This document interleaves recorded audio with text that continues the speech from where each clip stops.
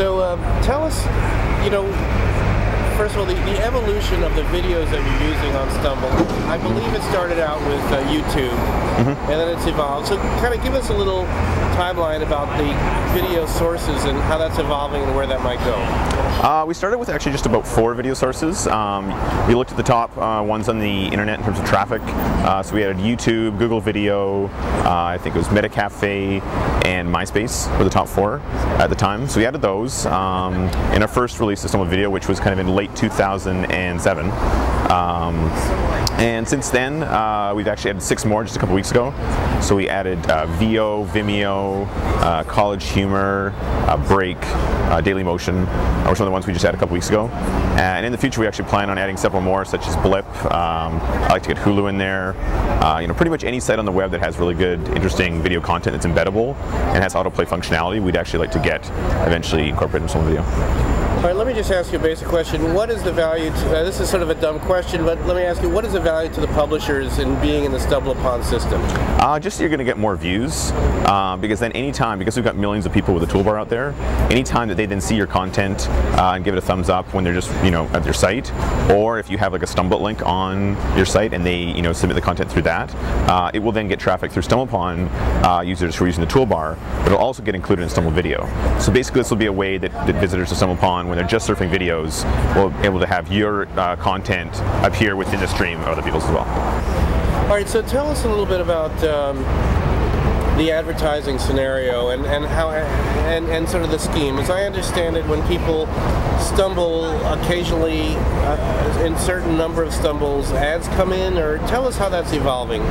Yeah, that's basically our business model, is to do kind of targeted display entry advertising as people stumble.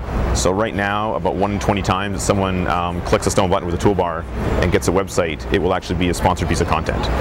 So an advertiser can come in and say, I want to target just users that live in this city that are interested in this topic, between this age range, and I want them to kind of see my sponsored content as part of the Stumble stream.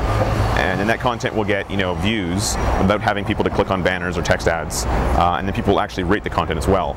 So people just get an idea of all the different content they have in the system, what stuff is our community responding to the best. So it's a very interesting kind of ad platform. We're not actually doing that with the video portion yet. We're just kind of monetizing our page traffic, because that's still the majority of our traffic. But in the future, it would be interesting to, as people just click Stumble and just stumbling through videos, if we could have sponsored videos also kind of delivered in the same way. So that's something I'm going to look into in the future. I see. So tell us about the growth. I know you've expanded overseas and different languages, and kind of give us an overview on where things are now. Recently, actually, growth is pretty good. We passed 5 million registered users probably like a month ago. We just crossed our 5 billion Stumble, which is very interesting. It took us a long time to get to 1 billion, and now we're doing 1 billion almost every quarter, like maybe 350 million per month. So yeah, it's probably about between 10 and 12 million stumbles per day on average currently. So growth is pretty good. We're up to 30 people now, so pretty much doubled in the last year in terms of employees, traffic, everything.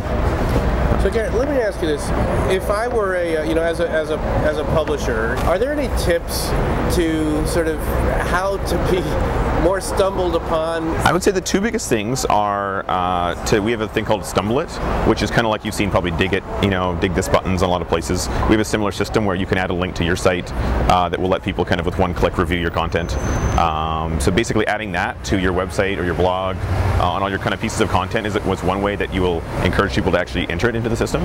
The second thing is just to definitely try to make your content fairly easy to understand in just a few seconds, because on a lot of sites, people will already know what they're looking for, and they'll have explicitly clicked on things, and they'll kind of know what to expect when they visit your content. Or in StumbleUpon, they may be seeing this content randomly, in between other pieces of content. So, the more clear that your header is, the more quickly people can understand exactly what the purpose of your site is. If they can do that in 2 to 3 seconds and then look at your content, a lot of times that will get a little better reception than something where, if you take a first glance, it takes a little while to figure out. Sometimes if people are sitting there for 5-10 seconds and they still don't know what it is, they may just click Stumble again. So making your site pretty easy to understand and very clear what the purpose is, I think will mean that when people stumble upon it, they're more likely to take some time and look at it. So it's going to have a good hook in a way. Yeah, a good hook, and then if it does have a good hook, having that StumbleIt button, above the fold in view means that anyone who is a stumbler will then be able to click it and submit the site.